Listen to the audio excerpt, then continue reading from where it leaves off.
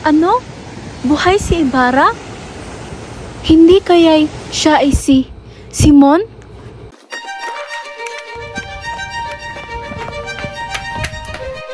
Wag! Ama! Stupido! Palabisin niyo ako!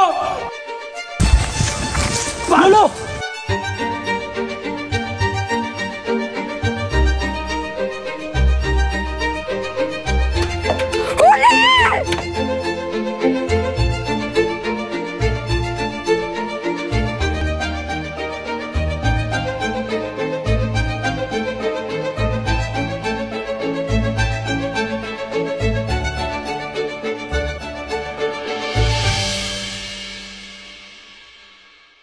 Isang umaga ng Disyembre, ang Vapor Tabo ay hirap na hirap sa pagsalungat sa agos ng palikulikong ilog ng Pasig. Naghahatid ito ng mga maraming manlalakbay na patungo sa lalawigan ng Laguna. Totoong mabigat ang bapor. Halos mabilog tulad ng isang tabo na pinaghahanguhan ng pangalan nito. Naroroon sa ibaba ng kubyerta ang mga mukhang kayumanggi at maitim na buhok. Mga Indyo, mga insik at mga mistiso. Samantalang nasa itaas naman ng kubyerta na naliliman ng lona upang hindi mainitan ng araw ang mga mangingilan na manlalakbay na nakasuot ng Europeo, mga praile at mga opisyal na nakaupo sa mga ginhawang silyon at ang nag-iisang ginang na si Doña Victorina. Buenos dias, todos estudes. Ang kupad-kupad, ang bagal-bagal, wala na bang mas ibibilis sa takbo ng vapor na ito? Konting tuloy naman dyan, Kapitan. Pamanhin doon niya, Victorina. May mga sasakyan kasi ng mga isda na maaari natin mabangga. At isa pa, maaaring sumasad ang vapor sa malawak na palayang iyan. Hay, Diyos ko! Kung wala sana ng mga Indyo dito sa Pilipinas o sa mundo, mas marahil bibilis ang takbo ng vapor na ito. Hay! Malas! Malas! Wala na talagang mabubuting lawa dito sa Pilipinas. Doña Victorina, huwag masyadong pausukin yung tenga. Baka kumupa sa iyong magagandang kolorete sa mukha. Sa katunayan, hindi naman ito isang malaking problema. Malihil lamang itong tasin ang suliraning ito. At ano naman iyon, Aber? Simple lang naman ang aking mungkahin. Gumawa sana ng isang kanal sa pagpapasukan sa ilog hanggang sa paglabas at pararaanin sa Maynila. Nilikha ito ng bagong ilog sa pamamagitan ng paggawa ng kanal at sirhan na ang dating ilog sa Pasig. Sa ganung paraan, hindi maaaksaya ang lupa at iikli na ang mga oras sa paglalakbay. Sa panukalang Yankee. Simple? Don Simon, ipag-umanhin ito ako ay tututol sa inyo. Malaki ang salamin o lugubig at saan naman tayo kukuha ng salaki ng pagbabayad sa mga manggagawa? Sino naman ang sabi na ating susukulin ang mga manggagawa? Isa pa sa pilitang pagtatabuhin ang mga bilanggo, bihag, matatanda at mga binata, bata ang mga laki. Subalit ay inyong buhay ay magdudulot ng humagsikan. Magsikat? Hindi magsikat ba ang mga taga-Ehipto nung buuin nila ang piramide? Ang mga bilanggo, yung labay kay Kristo. Laba ay magbibigay. Ngunit, hindi taga-Ehipto. Hindi Hudyo ang inyong harap. Ang kustodyo, malayo na ang panahong iyong tinutukoy. Ang Pilipinas noon ay iba sa Pilipinas ngayon. Hindi na sila maghihimagsik kahit nabigyan sila ng maraming trabaho o katawan ng malaking buwis. Naalala ko lang na kinuwento na ni Padre Salve ang buhay, ang pagbuhay na pagpatayo sa Los Baños at naitayo ganong pangparaan. Hindi mo ba alam ang pinagsasabi mo? Hindi mo ba? Wala na kung ano-ano pa. Ang nasabi ay nasabi na. At kayo, Padre Sevilla, huwag na ninyong subukang magsalita ng mga kabalbalan. Ano naman ang kabuluhan ninyo, mga prime, kung ang bayan ay maghimagsik?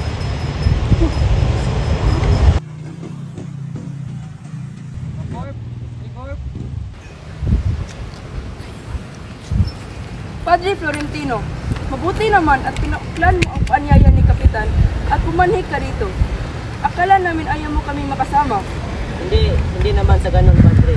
May naasikaso lang ako.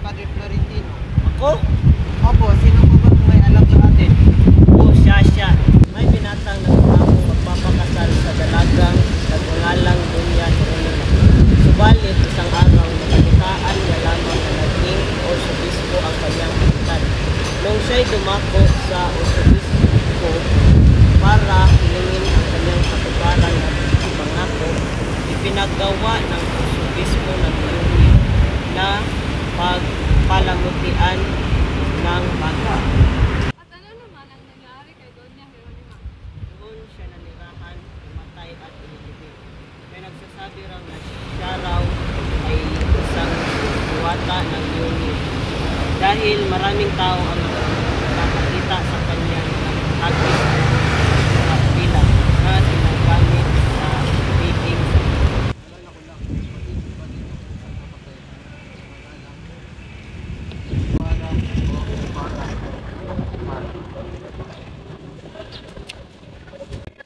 Si Simon? Hindi, si Simon. Sa dabang yun, nakita si Ibarra tumalon doon at nagkulay dugo ang tubig. Ika-13 taon mula nangyari noon. Kulita, kumuha ka ng gamot at ibigay mo kay Senior Simon. Iya, naiwan na ng mga kapag. Hindi na balik. Alam mo ba, kuya? Gusto ko ring makapag-aral sa Maynila katulad mo. Kaso, hindi sapat ang kinikita ni Ama sa kanyang pag-aaral. Kaya mo ba gusto mag-aral upang mapantay mo ang narating ng iyong katipong na si Basilio? Siyempre, isa na iyon. Gusto ko rin maging isang karapat-dapat na babae para sa kanya. Isa pa, gusto ko rin makatulong sa iyo, kay Ama at kay Lolo.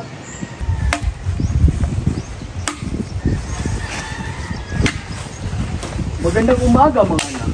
Magandang umaga rin po, Ama. Mukhang marami-raming yung naaani.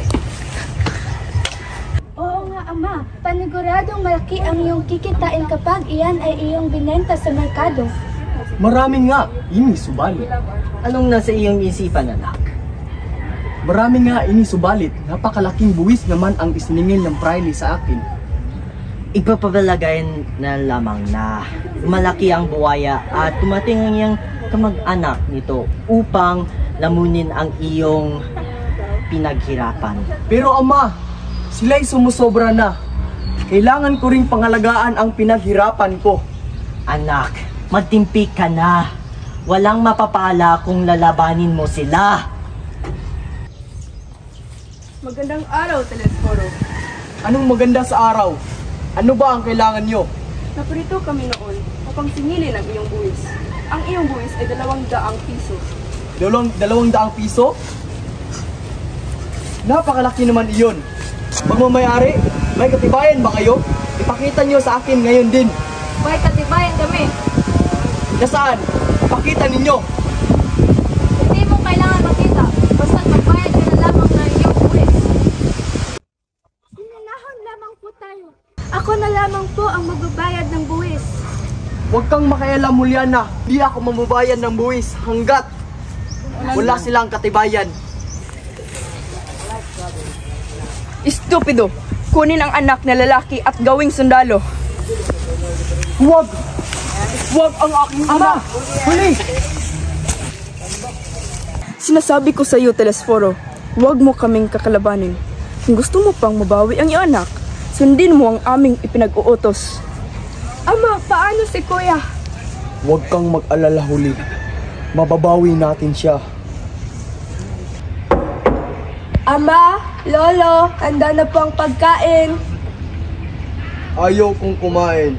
Ama, kailangan niyo pong kumain. Manalig po tayo. Wala pong mangyayaring masama kay Kuya. Tama si Huli, anak. Huwag mo masyadong isipin iyon. Mababawi rin natin si Tano.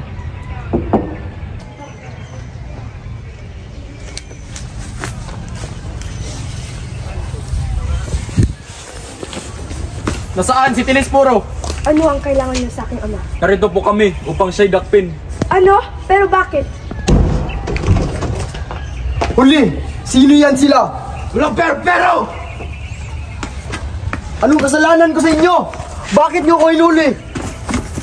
Ama!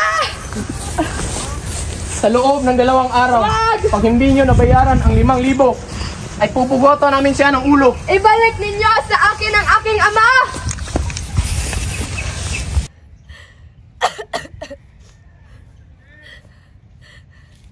Lala! Lala! Anong gagawin natin?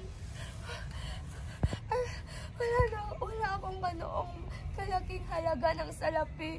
Ang tanging meron lamang ako ay 200 piso. Pasensya na po. At wala akong maiambag na salapi. Mas mahirap pa sa atin ang ating kamag-anak at kapitbahay. Kaya hindi rin natin sila mahingan ng tulong. Apo?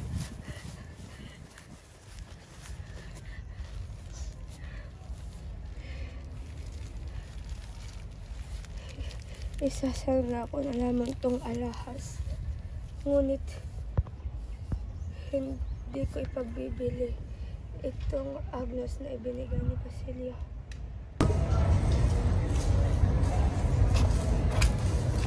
Apo, saan ka pupunta? Magpapatulong po ako kang Hermana Bali upang makalikom ng sapat na salapi na ipangtutubos kay Ama. Sige, mag-ingat ka. Mau ba na lang din?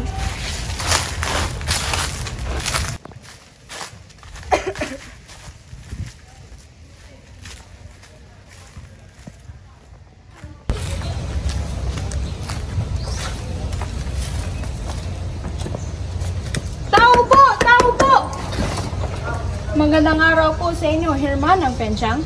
Huli, siya ang sinasabi ko na makatutulong sa iyo. Magandang umaga rin. Pumasok muna kayo.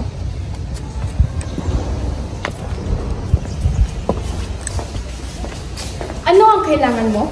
Magandang araw po, Hermana. Ako po si Juliana. Huli na lang po. Wala akong pakialam sa iyong pangalan.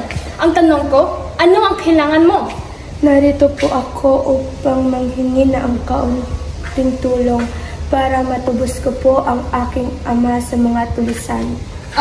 Anak ka pa ni Telesforo. Sandali lamang.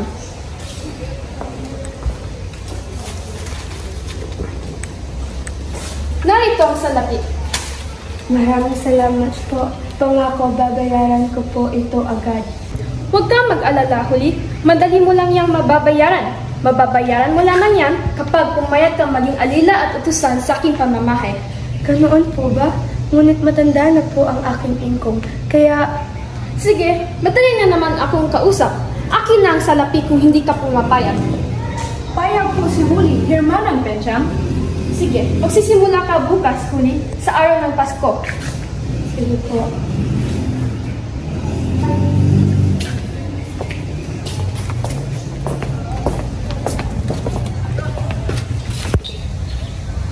Subalit Huli, pero mukhang wala na akong kasama sa bahay.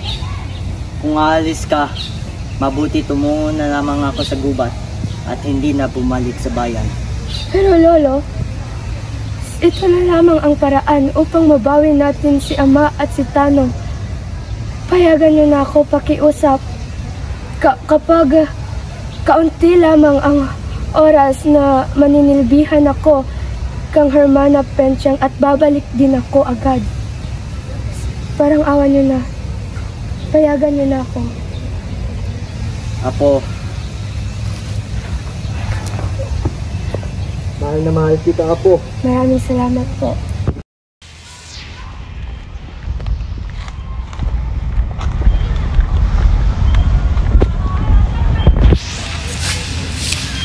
Maligayang Pasko po, Ina. Alam mo ba, hindi na po ako katulad ng Basilio. Nung 3 taon pa po ako, hindi na po ako hunghang at hindi na po rin ako musmusin. Katulad noon. Teka, ano yan? Siya nga ba? Siya nga ba yung tumulong sa akin nung inilibing ang aking ina noon?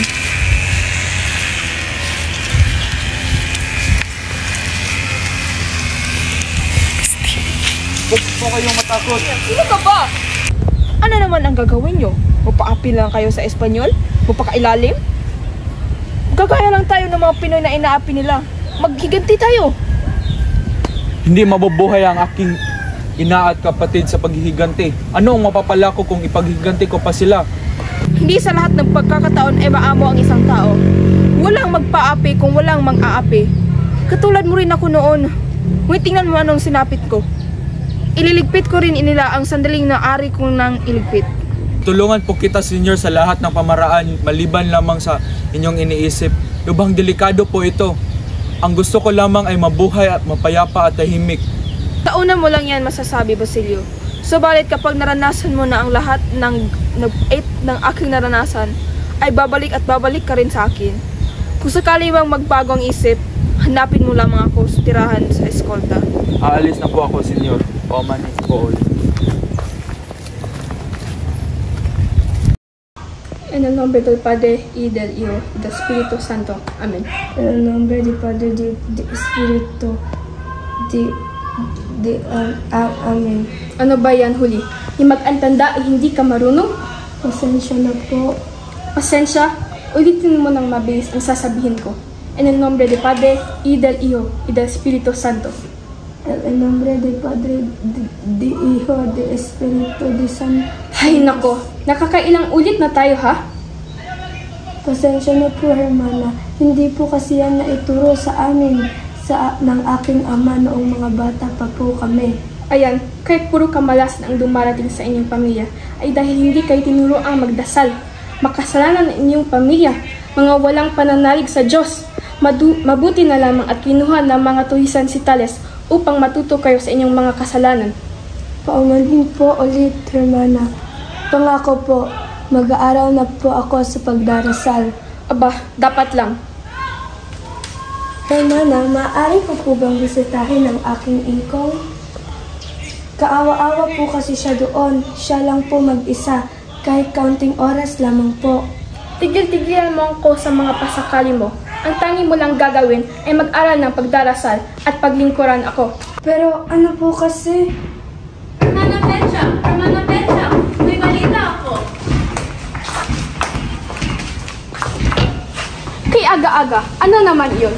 Si Basilio, luluwas siya ng Maynila upang tubusin si Huli. Ano? Talaga ho? Babalikan na po ako ni Basilio? Pumasok ka sa loob. Hermana Penchang, kasintahan ko po si Basilio. Kailangan po namin magkita. Kukunin ka lang ng demonyong nagbabalat anyong estudyante. Huli, gusto kitang iligtas sa kasalanan. Buo ng aking loob, hindi ka makikipagkita kay Basilio.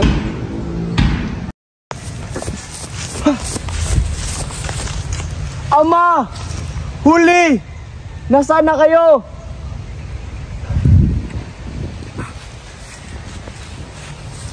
Anak? O ama, Narito ka na? kumusta? Si Huli, nasaan?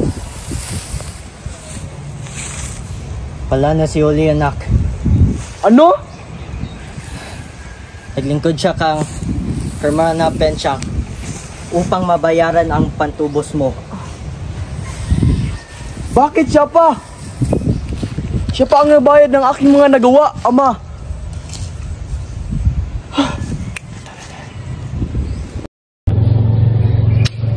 Punyales. Panalo na, ipinatalo pa. Napakawalang kwento talaga kapag kalaro sina Sibilia at Irene. Pagpasensyahan mo na, Padre Camora. Baka nais nilang magpalakas kaya siya nagpapatalo. Simon, halika at samahan mo ako maglaro ng baraha. Tinay na.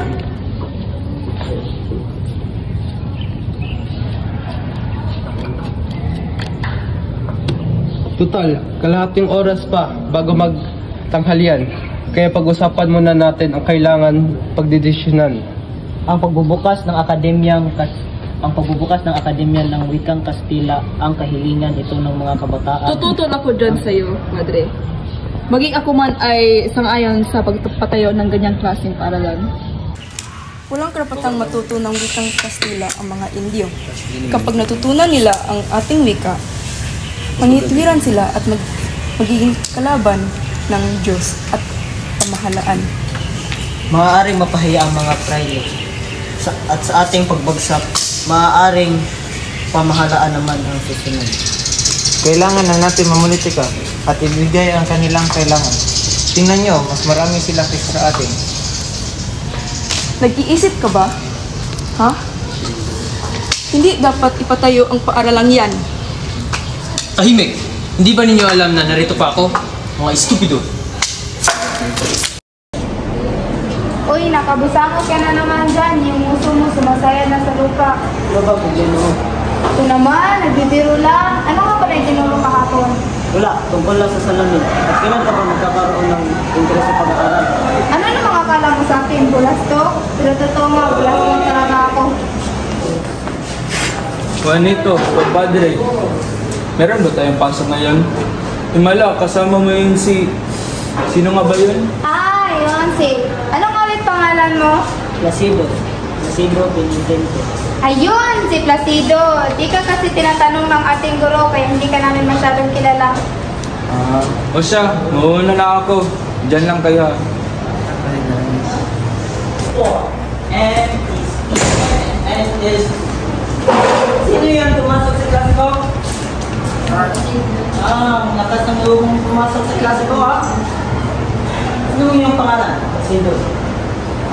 Placido Penitente. Placidong bulong.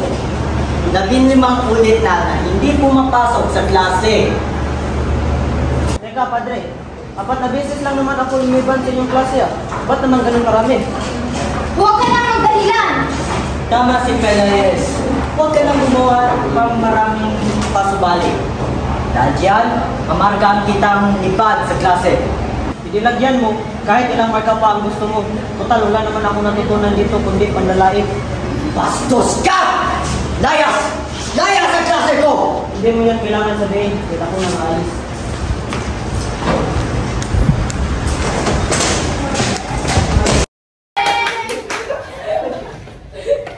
Narito na si Nais Agami at Sandoval! Sa atin ang tagumpay. Paniguradong papayag na ang pamahalaan na itatag ang wikang Kastila. Kapag naitatag na ang paaralan, siguradong pupurihin tayo ng pamahalaan. Lahat ng estudyante at lahat ng tumutol ay magsisisi. Subalit baka ipiit sa bilangguan kaming mga kasapi. Maging kayo batay sa payo ng obispo sa sanggunian ng Kapitan General. Naku, basta, hindi ako kasali riyan. Huwag puro pangabahan yung pag-iisip, kumpadre. Hindi ganyan ang kapitan. May sarili siyang pag-iisip at kaya niyang bumangon sa kanyang sariling paa. Wala naman akong sinasabing ganyan sa Sandoval. Ang sa akin lang, mayroon namang sariling pag-iisip ang Kapitan General. Iyon ay ang desisyon ng mga nagkapaligid sa kanya. Lubang kinailangan ng bawat kabataan ng wikang Kastila. Wala akong nakikitang dahilan tumutol dito ang pamahalaan. Marami ay natakot sila ay maunawaan natin ang kanilang mga batas kung marunong tayong magsalita. Isa pa, sa gabi idaraos ang klase, maaari itong maging sanhi ng mga kasagwaan. Pinagkaloob sa inyo ng pamahalaan ang lahat ng inyong kailangan. Kung anong mayroon kayo, ay mayroon din kami. Magtiwala kayo sa pamahalaan at humiling ng walang palikaw-likaw.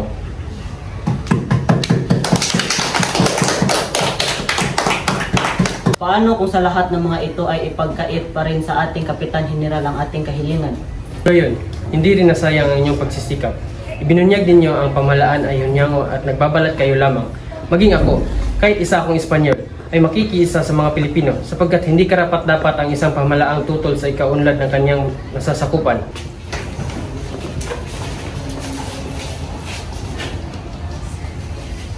Kung lahat ng Espanyol ay katulad ni Sandoval, lahat ng Pilipino ay Sandoval din.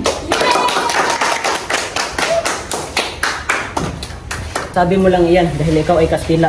Kung ako man ang nagsabi ng kahit kalahati man lang ng sinabi mo, ikaw man ay ipagpapalagay na ako'y isang pilibustero.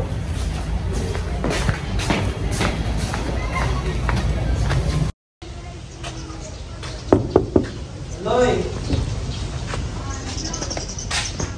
Ikaw pala isa gani. Paumanhin at marami akong tatapusin. Kumusta? Kumusta ang lagay ni Padre Florentino? Mabuti naman, ginawang pasta at patuloy pa rin nanilibihan sa simbahan ng aking amay. Mabuti naman kung ganun. Ano ba ang maipaglilingkod ko sa iyo? Nais ko lamang makiusap na kayo mamagitan sa aming mag-aaral at kay Don Custodio upang may patayo ang Akademya ng Wikang Kastila. Nasa kaniyang makamay ng usapin at nais namin siyang mapapayat. Isa ako sa umiibig sa sariling bayan at hinahangad ang kanyang pagsulong. Ngunit hindi gayon kadali sa mga sumuong ang mga usapin. Kailangan kong mag-ingat sapagkat marami akong ari-arian na dapat ingatan. Wala po kaming hangad na ilagay kayo sa kagipitan. Sa mga nabasa ko, iisa lamang ang aming adikain ng pamalaan. Ngunit sa pamaraan lamang kami nagkakaiba. Kahanga-hanga ang tumulong sa pamahalaan. Kung ang iyong pagtulong ay sa pamamagitan ng pagsunod sa Kanya, ang pagsalungat ng mga panukala ay maaaring makasisira sa Kanyang katatagan. Matibay ang katarungan at katuwiran, hindi ang lakas ng pamalaan sa nasasakupan. Ang maipapayo ko lamang sa inyo ay pabayaan niyo na lamang ang pamahalaan. Ang pamalaan ay tinatag para sa pamamayan. Alam ng mamamayan kung ano ang makabubuti sa kanila. Isagan, mataas at may pinag-aralan ang mga pamahalaan. Ngunit, sila ay mga tao rin, maaari rin silang magkamali. Lahat ng kailangan ng mamamayan ay ibinibigay ng pamahalaan. May kasabihan tayo sa Kastila, ang hindi umiiyak ay walang gatas at yung hindi humihingi ay hindi pagkakalooban.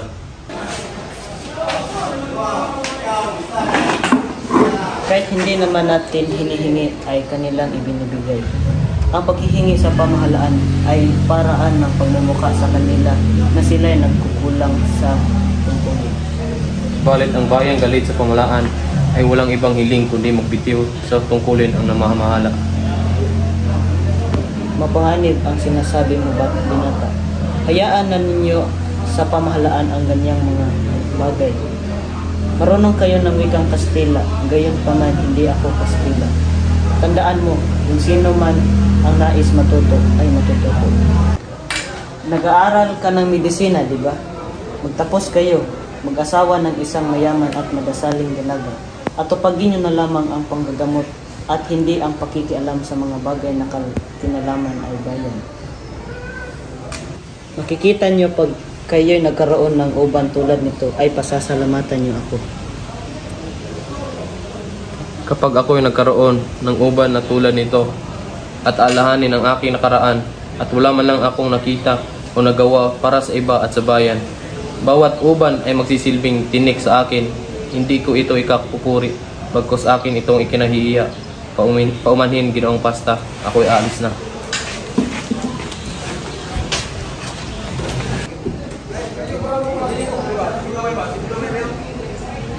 Kung lahat sana'y mag-iisip at kikilos tulad niya, hindi ko magsasabi. Ay, kaawa-awang Binata, kaawa-awang Florentino. Ano ba naman yan? Kipapangit na madekorasyon ni Kiruga sa kanyang bahay. Oo nga no, mga mumurahin lamang siguro ito at inangkat mula sa China. Kaya naman pala humihina ang kalakal ng aking asawa ay dahil sa inchik na iyan. Kakompetensya niya pala iyan. Alam niyo ba, mas maraming salapi ang napupunta sa China kaysa dito sa Pilipinas. Garampal talaga ang mga inchik. Talaga ba?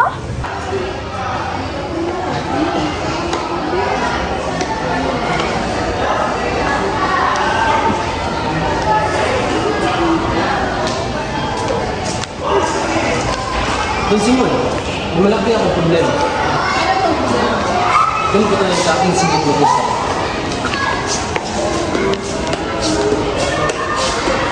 Ano itong problema ang pinagsasabi mo? May gumagabag ka sa'yo? Ang tatlong bulyante na inutang ko sa iyo ay hindi pa rin nababayaran sa mga taong pinautang ko rin. Ano ibig mo sabihin? Dapat ay isang bulyante lamang ang kukunin ko para sa isang babae na ginamit ko sa pansinan sa Ginoo.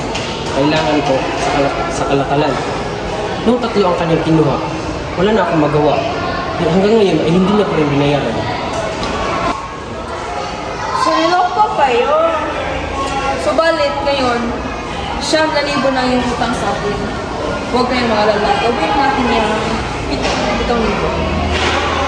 Talaga po? Oo. Pero may isang kondisyon. Ay, ano naman po ang mga kondisyon? Mayroong mga armas ang itatago dito sa inyong mga silid upang mapasok ko dito sa Iguana. Ay, yan lang. Ano? Mga armas? Subalit po, Simon. Ako'y natatakot na mahuli. Isa pa, takot ako sa mga baril. Hindi naman ikaw mananagot. Unti-unti ko itatago ang mga baril sa iba't ibang bahay doon. Katapos, magkaroon na isang pagsisiyasan. At doon maraming mahuhuling mga bilanggo. Siguradong kikita ako sa paglakad ng pawalan ng mga bilanggo. Pamanin din, Simon. Sa iba na lang kayo mag-usap. Subalit kung ganyan, marapat naman na bayaran mo ang iyong utang na 9,000. Sige na lang, papayag na ako. Isa itong kasunduan. Kuruga, sana hindi mo talikuran ang ating pinag-usapan.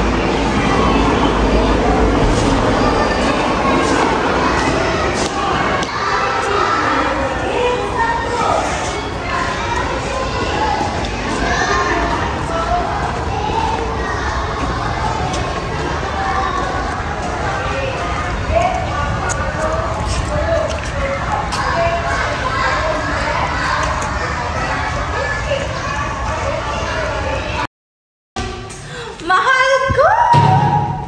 Pepe, ba't ka nandito? Ano ang kailangan mo? Bakit parang malalim ang iniisip mo? May problema ba? Sumangguni ako kay Ginoong Pasta para sa pagpapatayo ng akademya. Pero mas lalong gumawa. Hindi ko na alam kung ano ang desisyon na bibitiwan ko. Huwag mo na yung isipin. Magsaya tayo. Total, tayong dalawa lang naman dito eh. Pepe, huwag dito. Baka may makakita sa atin. Sige naman, ha? Kahit ngayon lang, alam kong maraming pang problema. Hayaan mo, kaligayan mo. Sige na nga. Ngayon lang ito, ha? Sandali lang. Ha? Ano ba naman yan? Mahal, alam mo, yung tiyahin ko namatay kahapon ay kailangan namin ng pera pang biling. Ha? Hindi ba namatay yung tiyahin mo sa nakaraang linggo? Ay, yung ano pala mahal ko, yung anak pala ng tiyahin ko. Pero 3 taon lang patay ang anak ng tiyahin mo. Yung ano pala mahal ko, yung pinsa ng bayaw, anak ng tiyahin ko pala. Kahit 25 piso lang. Kapag dito, hindi kaya ko. Ito, 1,000. Salamat mahal ko.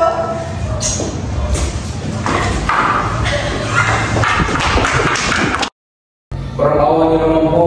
Kumain po kayo kahit sa ilog na lang ng sabaw.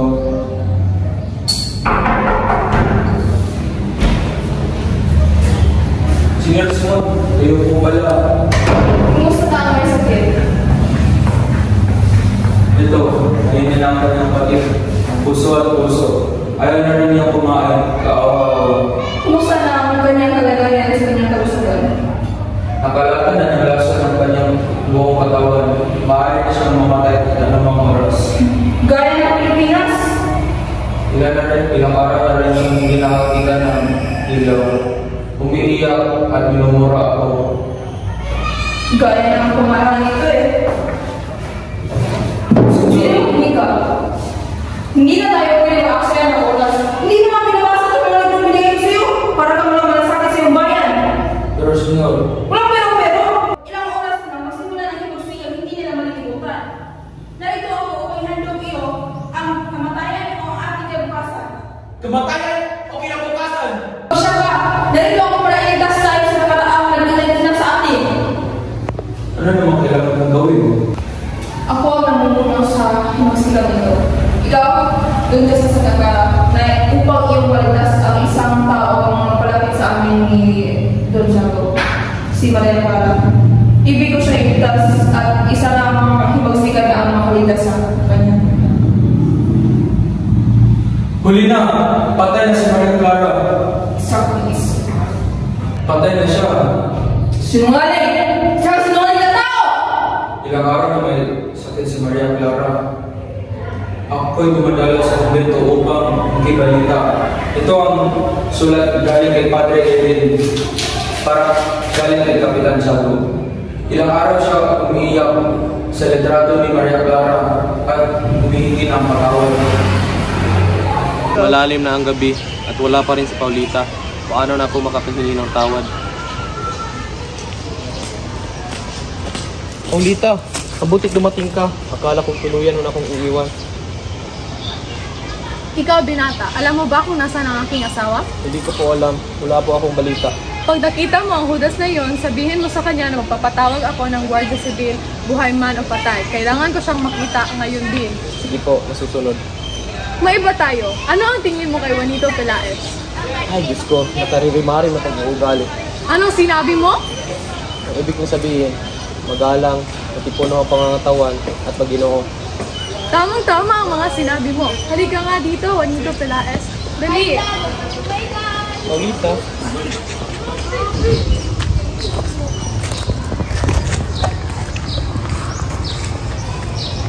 Ikaw pa ba talaga ang galit, mahal ko? Tinatanong mo kung galit ako? Ano yung mga sinabi mo? Ano yung tungkol doon sa babaeng Frances, ha? Bakit kayo magkasama ni Juanito kagabi sa teatro? Pinagtataasan mo ba ako ng boses? Hindi. Ibig kong sabihin, bakit si Juanito? Akala ko ba ako lang gusto mong makasama? Nasabi ko lang naman yon dahil naninigbuho ang aking damdamin. Paulita, alam mo namang ikaw lang aking sinisinta. Hindi ko talaga gustong isama si Juanito. Si Tia lamang ang gustong isama siya at isama ako. Si Tia lang ang talaga ang may gustong isama si Juanito.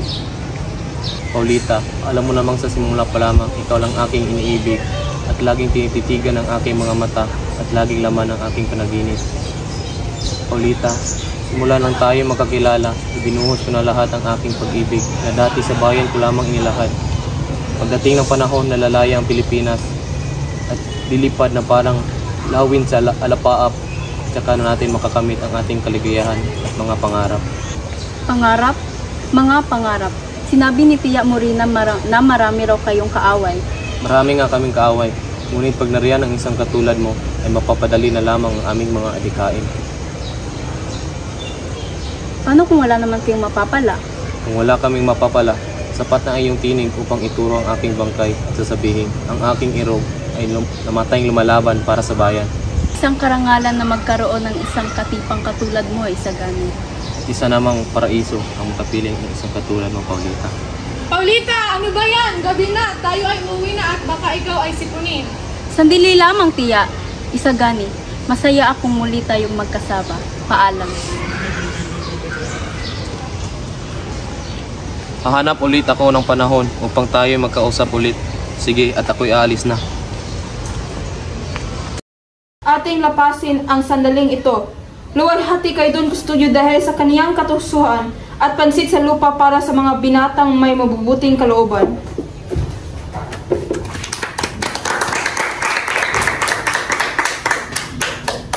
Bakit naman kasi tinutulan ni Don Custodio ang ating kahilingan?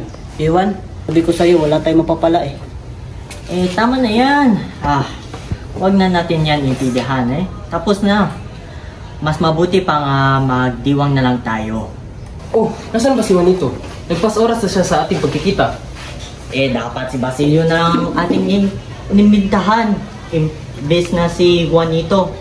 Kapag nalasingan natin si Basilio, mapagsasalita natin siya tungkol sa isang batang nawawala at isang mungha. Lalamig ang pagkain. Ito, ang pansit na langlang ay isang sopas na mayroong mga espesyal na halo. Ihandog natin kay Don Custodio ang mga boto. Sa karangalan ni Don Custodio, ay binibigyan ko ang pinalangan na sopas. Ito naman. Ito ang lumpiang incheck. Makintab sa labas, pero baboy naman sa loob. Handog natin ito kay Padre Irene. Ito naman ang tortang alimango na iaalay natin sa mga praile. Dahil sa kanilang pagkaalimango, ito ay tatawagin nating tortang praile. Hindi ko yata masyadong gusto ang tawag na tortang praile.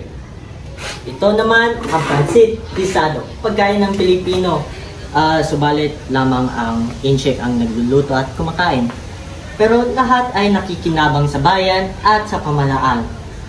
Subalit walang bayan pa sa ang sasama pa sa Pilipinas. Huwag kayong masyado maingay. Maraming mata ang nagmamasid sa atin. Tingnan nyo. Tinitikitan tayo ng paborito ni Padre Sibilia. Oo nga. Marahil ay pinaglilingkuran ng Eminencia Negra ang alipin ng vice-rector.